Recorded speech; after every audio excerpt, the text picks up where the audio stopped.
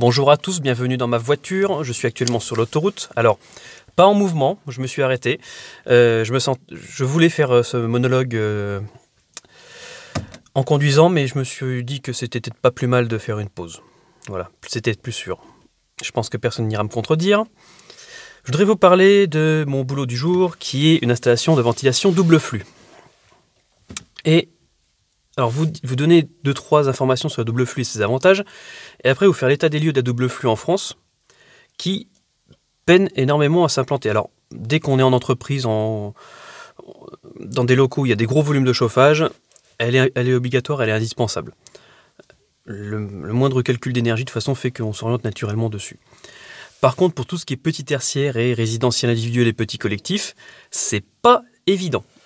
Et les calculs, la formation, certains aspects législatifs posent problème. Alors, l'installation de double flux de la journée, j'ai 2 chantiers. Très prétentieux d'ailleurs. Non, l'autre c'est juste un repérage et peut-être un léger commencement, mais je doute que j'aurai le temps d'y aller. J'espérais à la base largement finir dans la matinée, début d'après-midi, le premier. Mais je sais que de toute façon ça va mal se passer, qu'il y aura d'autres personnes qui vont travailler sur le chantier, qu'on va se piétiner. Donc je m'attends à même pas réussir à mes objectifs de la journée. En ayant normalement prévu que ce que je laisse de côté, ça puisse être fait ultérieurement sans conséquence. Normalement. J'espère ne pas me planter. Ce chantier est intéressant parce que c'est... Déjà, pour vous le situer, c'est dans une région assez froide de France, au-dessus de Lons-le-Saunier, donc dans le Haut-Jura, vers Morand-en-Montagne, les Rousses. Je ne vous dis pas la ville exacte, d'ailleurs je ne vous montrerai même pas de photos ou quoi que ce soit du projet, je donnerai quelques détails seulement.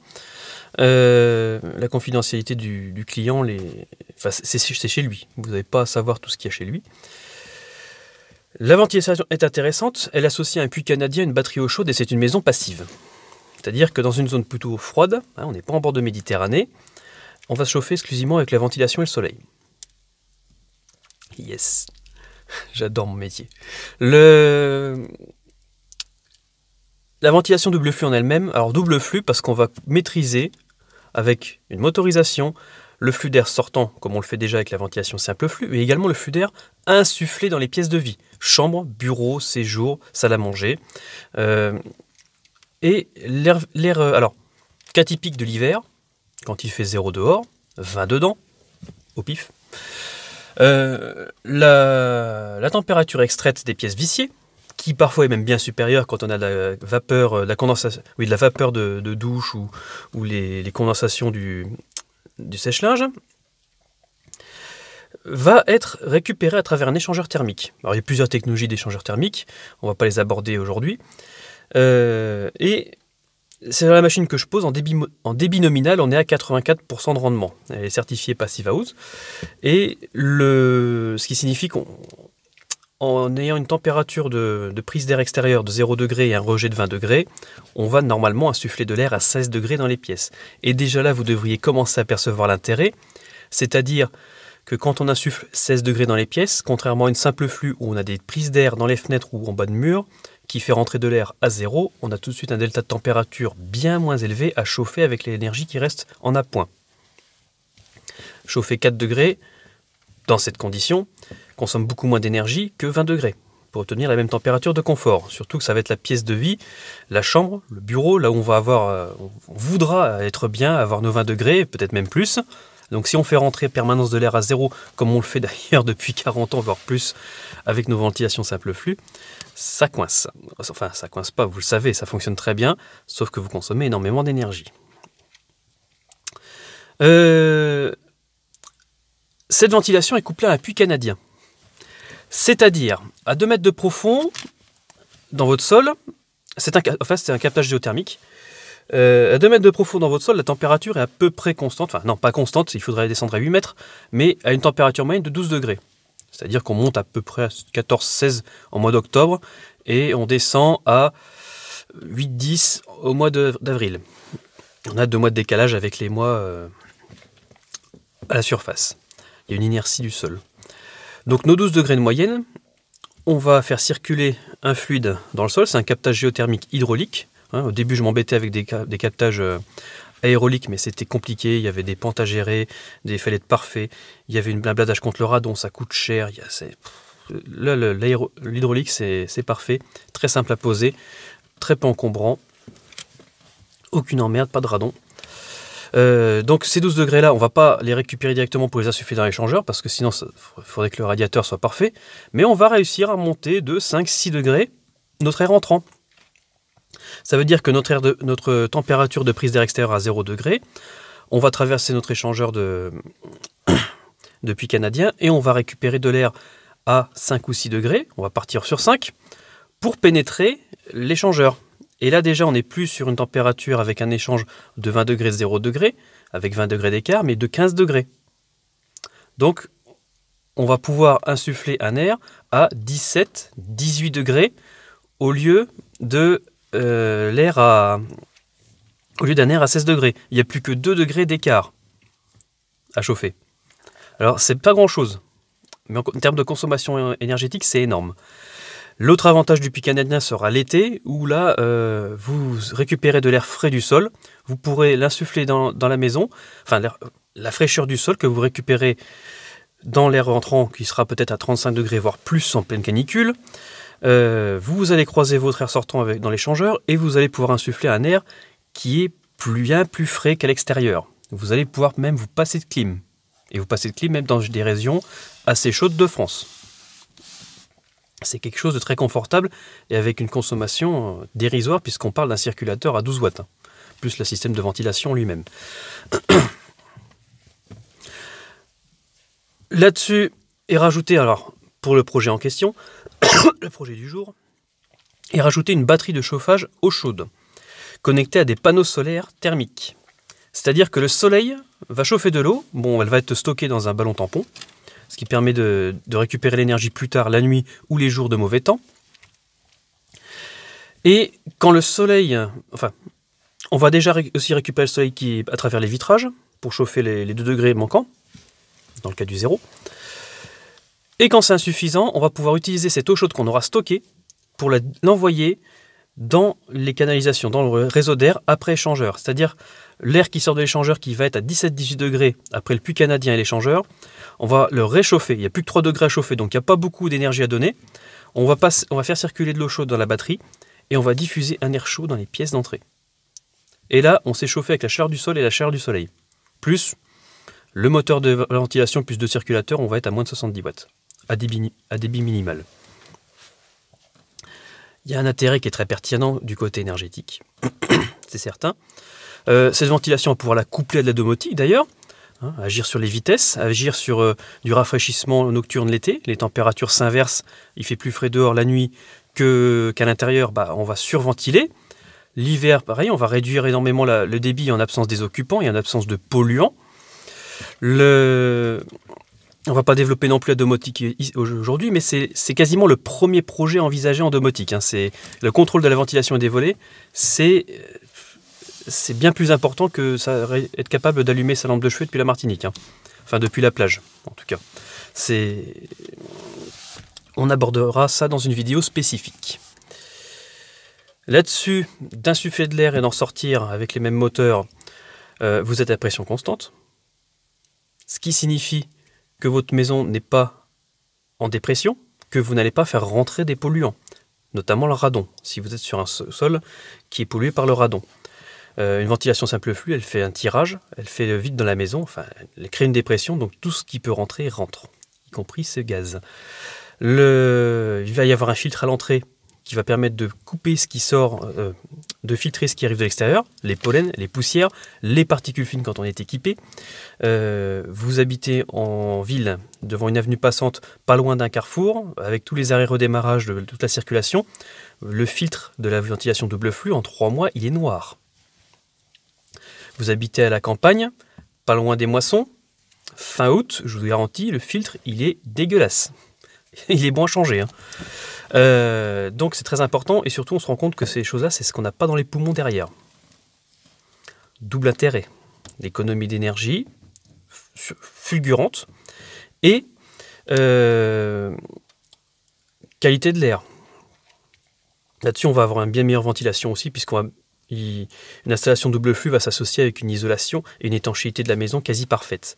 Ce qui signifie que les flux de ventilation sont bien dirigés, toute la maison sera correctement ventilée, les fuites d'air qui parasitaient l'ancienne ventilation sont coupées et on s'assure d'une bonne ventilation homogène de toute la maison, dans le cas d'une maison. Je me suis un petit peu perdu là, je pense que je me suis très mal expliqué, donc il faudra que j'aborde ce sujet-là. Qualité de l'air, économie d'énergie, alors, elle suffit pas elle-même. Dans la maison passive, si, on va jouer un petit peu avec les volets pour faire les apports solaires, l'hiver, pour baisser les volets l'été, avec des renforts de domotique, à nouveau, pour ça, mais il va y avoir sur ce chantier-là 6 bouches électriques chauffantes. Alors, malheureusement, on tombe sur de l'électrique. C'est pas le top, mais étant donné la puissance installée, 400 watts par bouche, donc c'est 1600 watts, 2400 watts, pardon, pour l'ensemble de la maison. La puissance est dérisoire et surtout, ça va être employé qu'en cas d'ultime recours. C'est-à-dire quand le ballon tampon n'est plus capable de fournir de l'eau chaude, quand l'inertie de la maison n'est plus suffisante, quand le soleil est absent depuis plusieurs jours pour recharger cette inertie thermique, pardon. Et il y a des cas, alors j'ai un client qui m'a dit quand j'ai froid, je me fais une tarte. Voilà, on fait tourner le four, ça réchauffe l'ensemble de la maison grâce à l'échangeur. Si vous voyez le truc. Alors là, il a l'astuce quand même, sa cuisine est un peu ouverte sur les pièces, donc ça lui réchauffe quand même l'ensemble de son séjour directement. Ce système vous paraît absolument magnifique. C'est le cas. Grosse économie d'énergie, qualité de l'air. Et pourtant, en France, je pense que 98-99% des constructions sont équipées de ventilation simple flux, hygroréglable. J'adore cette ventilation. Non, c'est pas vrai, je la déteste, c'est de la merde. Et en rénovation, on est sur 80% en simple flux aussi. La double flux est énormément oubliée du secteur. Il y a plusieurs raisons à ça, que je pense avoir identifiées. J'ai également un avis personnel là-dessus concernant les calculs. Les calculs. Alors, il faut se rendre compte qu'avec les réglementations thermiques qui passent, les matériaux de construction ont énormément évolué. Niveau isolation, là, on est au top. Niveau étanchéité à l'air, on est au top. Les moyens de chauffage ont fait des bons technologiques phénoménaux. Les chaudières à condensation, les pompes à chaleur. Les technologies ça me dépasse, tellement c'est évolué. Et en ventilation, on est resté sur le statut qu'on avait dans les années 80. Ça fait 40 ans qu'on pose la même chose. Sans progression, sans rien.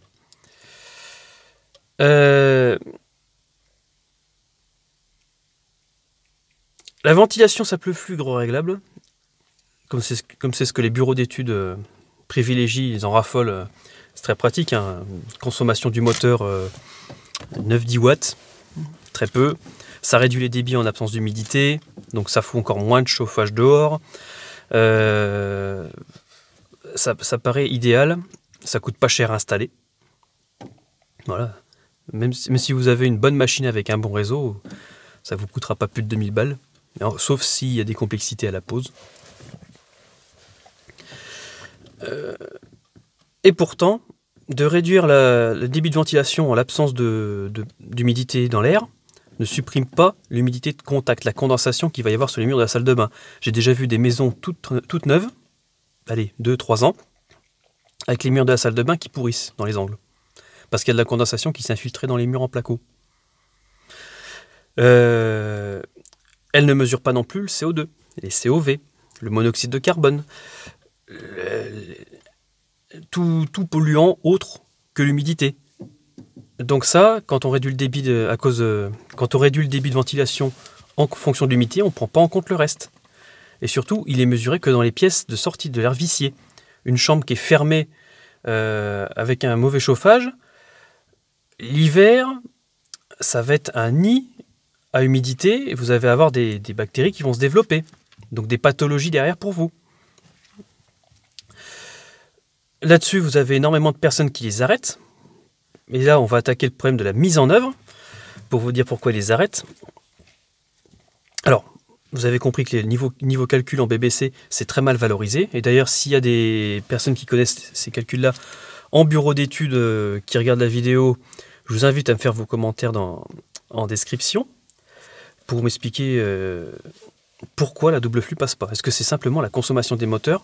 Mais alors pourquoi on ne regarde pas ce que ça apporte derrière? Donc second point, pourquoi les systèmes sont-ils mal posés, font-ils du bruit? Parce qu'on manque de formation. Il n'y a pas de formation de ventiliste. Je vous dis que je suis ventiliste, mais c'est autodéclaratif. Voilà, je me suis attribué l'étiquette tout seul. Ça donne confiance? Bah, il va falloir. Non, les formations, j'ai fait 2 formations chez un fabricant. Sa formation pour le résidentiel, la formation pour le tertiaire. Dans cette formation, 50% ventilation simple flux, 1/3 les réseaux de ventilation et le reste la double flux. Et on l'a très peu vu. Et même mes premières installations, c'était avant cette formation, avec la même marque. Donc je suis vraiment allé au doigt mouillé, finger in the nose, dans cette installation, avec des idées reçues, des a priori, des choses que j'avais lues dans des revues peut-être mal faites. Je pense qu'elles l'étaient aujourd'hui d'ailleurs. Des conseils. Coup de chance, j'avais fait quelques choix. J'avais pas tout écouté, notamment sur les réseaux de ventilation, et ça j'ai bien fait, qui font qu'avec le recul, l'installation est pas si mal. Mais ça a franchement évolué depuis, ça a même complètement changé. Il n'y a plus rien à voir avec ce que je faisais avant. Donc, 2 formations chez ce fabricant, une autre chez un fabricant allemand, une autre... non, là je suis à mon 3e fabricant, mais j'ai pas fait formation avec lui, je sais même pas s'il en propose. Je pense pas, de toute façon ce sera sûrement la même que le précédent. Une formation auprès d'un service qui s'appelle Praxibat dans ma région, c'est proposé par un service public, alors c'est payant quand même, mais c'est pour que les professionnels puissent se former aux techniques. Quelques échanges lors de la formation FIBAT pour obtenir le RGE. Il y a quand même une demi-journée quasiment réservée à la ventilation, donc c'est l'occasion, alors on ne fait pas de pratique, on ne voit pas de produit en particulier, mais c'est l'occasion d'échanger, de voir un peu quelles sont les bonnes techniques, ce qui peut se faire, les retours d'expérience, c'est toujours bon à prendre. Et une petite formation d'aérolicien, mais en tout pété, ça fait 3 semaines de formation, et pas d'un coup, hein, pas à la base, et réparti sur maintenant 6 ans de pause. Hein.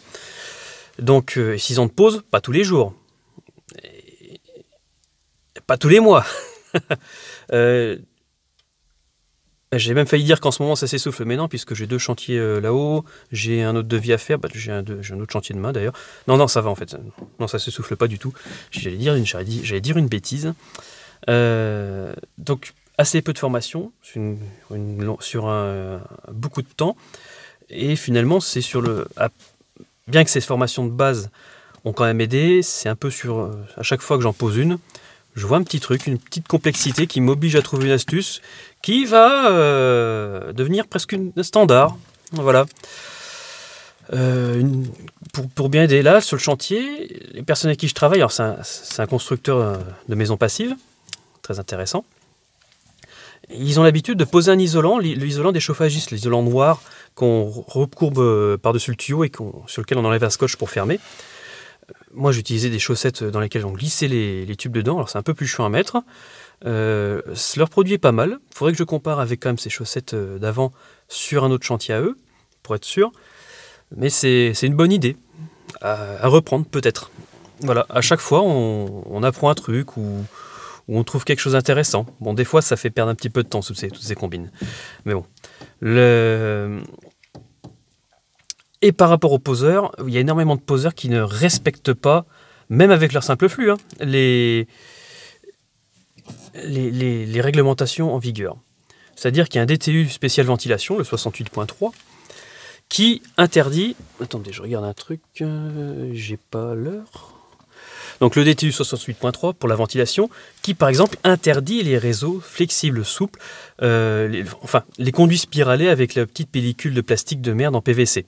Alors déjà, celui qui va poser de la double flux avec ce conduit en PVC sur de l'insufflation, faut le mettre en tôle. Le PVC, c'est un produit avec du chlore. Le chlore gazeux, c'est un gaz mortel. Vous comprenez qu'on ne peut pas utiliser ce produit-là dans de l'insufflation pour le rentrer dans des pièces de vie.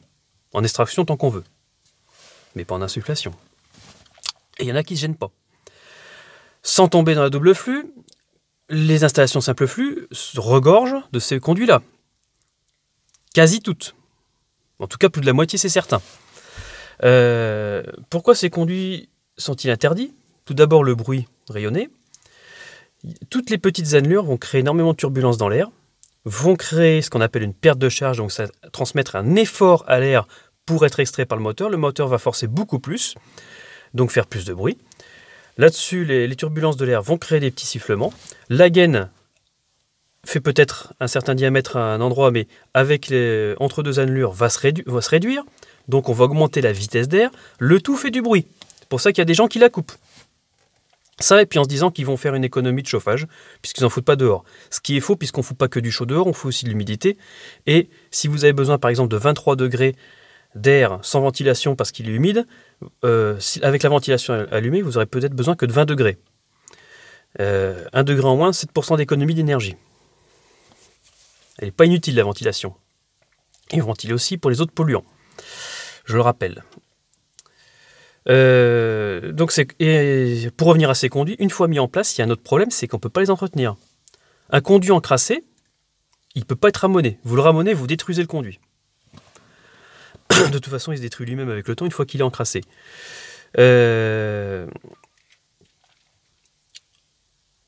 Ils peuvent être écrasés par un objet au moment de la pose. Ils peuvent être perforés assez facilement, le moindre chose qui pose dessus, là, un rongeur. C'est pour ça qu'ils sont interdits en fait. On n'a que des conduits rigides ou semi-rigides qui sont autorisés. Et ça, c'est une réglementation française. Donc ceux qui continuent à poser ces conduits de supermarché, ça peut pas être des entreprises, c'est pas possible. Il y a un moment, il y a quelque chose qu'ils n'ont pas compris.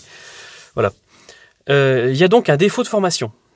Il n'y a personne pour conseiller les bureaux d'études. Il n'y a personne pour rassurer. Il n'y a personne qui sait composer les choses aussi complexes. Parce qu'effectivement, quand il y a un réseau d'insufflation, un réseau de sortie, un puits canadien, une batterie eau chaude, alors je maîtrise pas le capteur solaire et puis la tranchée du puits canadien. Hein. Ça, c'est d'autres personnes qui le font. C'est des chauffagistes interaciers. Mais bien évidemment, il y a une compétence à avoir pour le reste. On ne peut pas prendre les machines sur étagère et la poser. On va se planter. Il y a quelque chose qui sera mal fait. Ne serait-ce que sur l'étanchéité des réseaux. Quoique les réseaux que je pose aujourd'hui, et j'ai même pas un échantillon dans la voiture, c'est dommage. Les réseaux que je pose aujourd'hui, c'est on met un joint dessus, un clip, on ferme. Je passe après avec une machine pour tester l'étanchéité, mais je fais jamais de modif. C'est toujours étanche. J'ai trouvé le réseau parfait. C'est excellent. J'en suis très content, ça fait gagner beaucoup de temps. Beaucoup moins d'inquiétude, hein. On stresse moins. Je vous montrerai. Je vous ferai une photo, je montrerai sur une vidéo ce réseau. Enfin, je ferai comme je pourrai parce que j'aime pas faire des vidéos de chez les clients, mais je dois en poser un prochainement. Je vous montrerai ça. Le problème de formation, donc. Mauvaise machine. Les calculs. Et problème de législation aussi sur l'entretien. Il n'y a personne qui vous dit de nettoyer ne serait-ce que les bouches de ventilation une fois par an. Ou ne serait-ce que visuellement quand elles sont sales. Des fois, j'ai des gens, les bouches de ventilation sont crades, bourrées de poussière, noires. Il suffit de les enlever, hein, ça juste à tirer. Un coup de brosse, un coup d'eau s'il n'y a que du plastique. Avec mes bouches chauffantes, ça va être un peu plus compliqué, mais bon, normalement, il y a un filtre à l'entrée, donc elles risquent rien. Elles ne peuvent pas s'encrasser. Et puis on nettoie les bouches, pour être sûr que l'air puisse passer. Derrière, avec des conduits rigides ou semi-rigides, on peut ramoner. Alors ramoner, pas tous les ans. 6, 7, 8 ans avant de ramoner. Mais c'est important aussi. On va mettre un petit bactéricide. On va changer les filtres. Une fois par an, une fois tous les 3 mois. La prévention. Et il n'y a pas d'obligation légale là-dessus pour l'entretien des ventilations. On n'est pas obligé de ramoner ces conduits. Ce qui permet à des filous de poser de la merde. Voilà, parce qu'ils ne sont pas obligés derrière de les entretenir. Donc, absence de réglementation sur sur l'entretien, absence de formation, absence de bons calculs, absence de calcul favorable au niveau de la réglementation BBC. Et c'est ça qui fait qu'en France, on n'aime pas le double flux. Alors quand partout en Europe, la double flux est démocratisée. Il y en a partout, on voit plus que ça. On ne pense pas simple flux. Il n'y a qu'en France. Et j'ai ma petite idée de pourquoi on fait ça en France. Je vais me faire des potes. On a 4 gros industriels en France qui sont champions de la simple flux. Alors ils font aussi de la double flux, ils font aussi des ventilations plus costauds pour le secteur industriel, pour le tertiaire. Mais sur le résidentiel, c'est la simple flux qui part à tire-larigot. Et je pense que la réglementation a été faite pour les préserver. Qu'on a souhaité protéger nos industries françaises. Le protectionnisme, ça peut être bien. Mais au final, c'est aux dépens des projets, aux dépens des constructions, des rénovations qui ont des mauvais systèmes. On a 2 leaders européens, 3, non 2 leaders, Zehnder et Brink. Je travaille avec Brink les Mail Systems aujourd'hui, ils sont un peu au-dessus. Voilà. Concrètement, ils ne sont pas capables d'aller les détrôner. Et plus le temps passe, plus le fossé se creuse. C'est pour ça que d'ailleurs que je suis passé sur ces marques-là et que je ne suis plus sur les autres marques. Ils performent sur la simple flux, ils sortent des choses connectées, des choses avec contrôle de pollution, des consommations de moteurs qui sont très basses, des hélices avec des formes spéciales qui ne font pas de bruit. Ça progresse énormément côté simple flux. Mais alors, ils sont en train de se laisser distancer sur la double flux, c'est monumental. Un jour, on n'aura plus le choix, on devra poser la double flux et les industriels français vont être complètement à la rue et on cherchera à comprendre pourquoi. Voilà. Simplement parce que ça fait 40 ans qu'on n'a pas souhaité faire évoluer les réglementations en construction pour préserver nos entreprises, pour pas qu'il y ait une concurrence extérieure qui vienne sur le marché. Bon, peut-être que je me trompe. En tout cas, je viens de me faire des potes à nouveau. Ça, j'adore. Putain, ça fait 27 minutes que je vous parle. J'espérais n'en faire que 15. Pour revenir au chantier d'aujourd'hui, puisque je vous en ai parlé, c'est puits canadien, ventilation, 6 bouches d'insufflation, 4 bouches de reprise, des bouches chauffantes, une batterie d'eau chaude, une batterie de chauffage à eau chaude, les tests d'étanchéité, la mise en service. Il y en a pour un peu plus de 13 000 €. Je ne dis pas le prix exact, hors taxe, bien entendu. Donc c'est un investissement. Après, quand vous constatez qu'avec 70 watts, vous avez quasi chauffé la maison, qu'une pompe à chaleur, ça va vous coûter 10 000, peut-être un peu plus, qui va consommer 6 000 watts. Est-ce que ça vaut pas le coup de bosser un peu mieux le côté bioclimatique, de bosser un peu mieux l'isolation, l'étanchéité? On se privera peut-être pas d'appoint. Hein, c'est pas l'objectif. Hein. Enfin, si, c'en est un, mais on supprimera peut-être pas les appoints. D'ailleurs, dans le projet actuel, il y a un appoint, mais il est électrique. Mais en tout cas, installer la ventilation permet de fortement descendre la puissance nécessaire du système d'appoint. Donc de la pompe à chaleur, de la chaudière, de n'importe quoi. Je vous laisse. Je vais reprendre la route, je vais aller bosser. Je vais mettre cette vidéo en ligne dès que j'ai du réseau correct, dès que je peux, dès que j'ai le temps en fait. Et puis faites-moi vos retours, dites-moi ce que vous en pensez de pourquoi la ventilation double flux ne se démocratise pas. Est-ce qu'elle est vraiment si intéressante ou est-ce que c'est moi qui suis dans mon truc et qui j'ai des œillères et je vois pas bien la chose. À très bientôt et rejoignez la résistance. Allez, vroom.